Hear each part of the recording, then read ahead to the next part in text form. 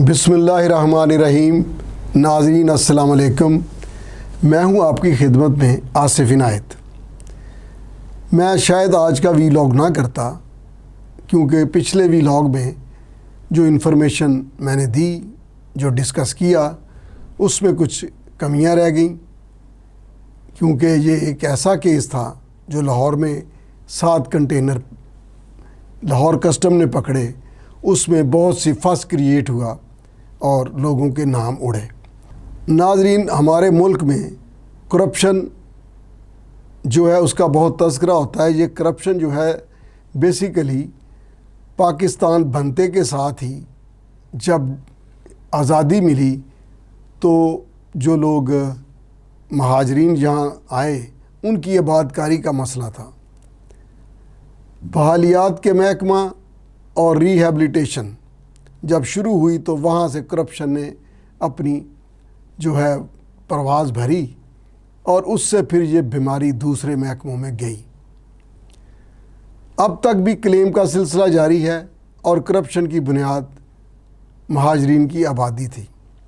اس کے بعد پھر ہمارے ہاں حکومتیں بدلتی رہیں، محکمے ایجاد ہوتے رہے، لیکن کسٹم اور ایکسائز تمباکو محکمہ اس طرح کا لیکن کسٹم کا محکمہ انگریز کے وقت میں بھی تھا اور شروع میں پاکستان میں اس کو تمباکو ڈپارٹمنٹ کہتے تھے، مطلب اپنی وہ اس کے لیے، کیونکہ اس پر ایکسائز ڈیوٹی تھی۔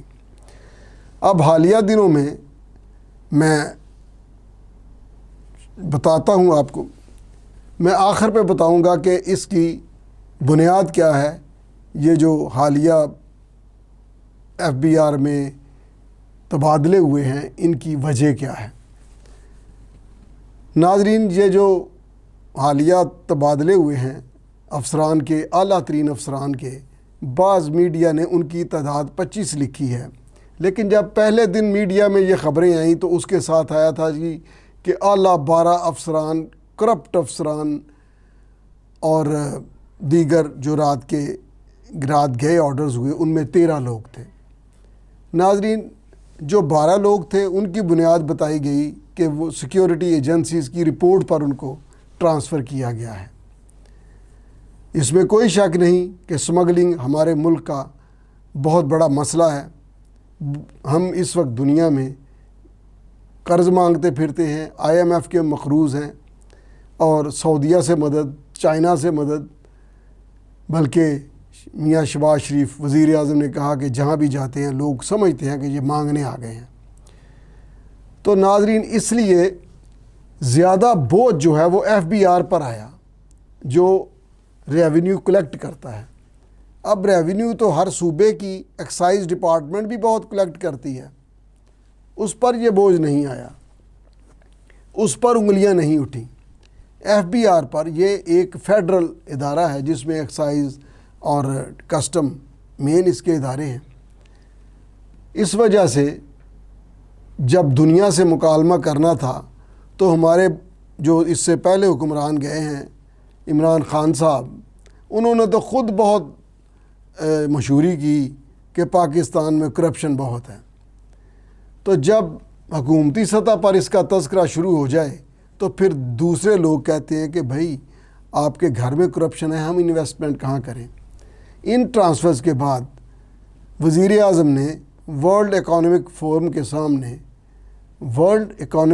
کے سامنے یہ سٹیٹمنٹ دیا کہ ہم نے سمگلنگ میں ملوث لوگوں کو سائیڈ لائن کر دیا ہے، OSD لگا دیا ہے۔ ناظرین، یہ یاد رہے کہ OSD سرکاری افسران ہوتے رہتے ہیں، لیکن میں یہ سمجھتا ہوں کہ یہ بہت بڑی زیادتی ہے کہ کوئی انکوائری نہیں، کوئی کچھ نہیں، یا صحیح رپورٹ بھی نہیں پڑھی اور ان کے ساتھ کرپٹ کا لیبل لگا دیا گیا۔ ہو سکتا ہے یہ بات میں نے بھی اس ڈپکشن میں کی ہو، مجھے نہیں یاد کہ میں نے یعنی ذاتی دوستوں میں۔ اب جو 12 لوگوں کی ٹرانسفر ہوئی ان میں بھی بڑی اچھی شہرت کے لوگ شامل ہیں۔ ان کا ریاکشن ایسا آیا کہ پھر لوگوں نے باتیں کی۔ اب ایک بہت بڑے افسر ہیں، ان کی مسز کسٹم ایسوسی ایشن افسران جو ہیں ان کی مسز بھی کسٹم افسران کی جو ایسوسیشن ہے اس کی رکن ہے، تو انہوں نے گروپوں میں کہا کہ جی ہڑتال کریں، جو کہ پاکستانی قانون 1973 اور 1964 کے قوانین اور رولز کے خلاف ہے، کنڈکٹ کے اس میں مس کنڈکٹ کے زمرے میں آتا ہے۔ یہ ان سے ایک غلطی ہوئی۔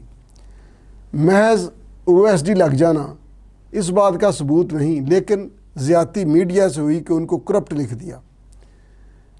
اب وہ ایجز کے اس حصے میں ہیں جہاں انہوں نے بیٹیوں کی شادیاں کرنی ہیں، جہاں انہوں نے بیٹوں کو بیانا ہے۔ میں یہ سمجھتا ہوں کہ ایسی سٹیٹمنٹ اخباروں میں چھپنے سے پہلے، میڈیا میں آنے سے پہلے تفتیش کا ہونا بہت ضروری تھا۔ ناظرین، پاکستان میں ہر محکمہ آپ کو دیانتدار لوگ بھی نظر آئیں گے، لیکن بدنصیبی یہ ہے، میں یہ کسٹم کی بات کرتا ہوں کہ میں ذاتی طور پر جانتا ہوں 85% افسران جو ہیں وہ انتہائی دیانتدار ہیں۔ اب 15% جو ہیں وہ اس کے برعکس ہیں، وہ پھر اپنی سفارشوں سے ادھر ادھر وہ کلیدی اسامیوں پہ پوسٹنگ لے لیتے ہیں اور پھر پورے کا پورا گروپ لے آتے ہیں۔ وہ پورا گروپ کسی ڈپارٹمنٹ کا چہرہ بن جاتا ہے، پہچان بن جاتی ہے۔ اگر ہمارے وزیر اعظم صاحب چاہتے ہیں کہ FBR کی پہچان ایک دیانتدار پہچان ہو، تو ان کے علم میں ہوگا، یہ ایجنسیاں جو رپورٹ کر رہی ہیں انہیں پتہ ہوگا کہ ان میں بہت بہترین شہرت والے لوگ کون ہیں۔ میں یہ سمجھتا ہوں کہ یہ کسٹم افسران کی جو ایسوسیشن کی میٹنگ ہوئی ہے، اس میں حضرت علی کرم اللہ وجہ سلام اللہ علیہ نے جو کہا تھا کہ اگر تمہیں ایک دوسرے کی نیتوں کا پتہ ہو تو تم ایک دوسروں کے جنازوں میں شرکت نہ کرو۔ یہ ایک دوسرے پہ الزام لگاتے رہے اور حقیقت بھی ہوگی کہ میرا فلاں نے نام ڈلوایا ہے، میرا فلاں نے نام ڈلوایا ہے، اس بات نے بہت فس کریٹ کیا۔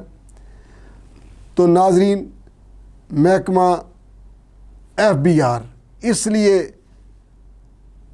لیے آتش فشاں کے منہ پر ہے کہ دنیا میں مالیاتی امور پر ہماری طرف لوگ انگلیاں اٹھا رہے ہیں، ورنہ اگر دیکھا جائے تو کیا دہشت گردی بند ہو گئی؟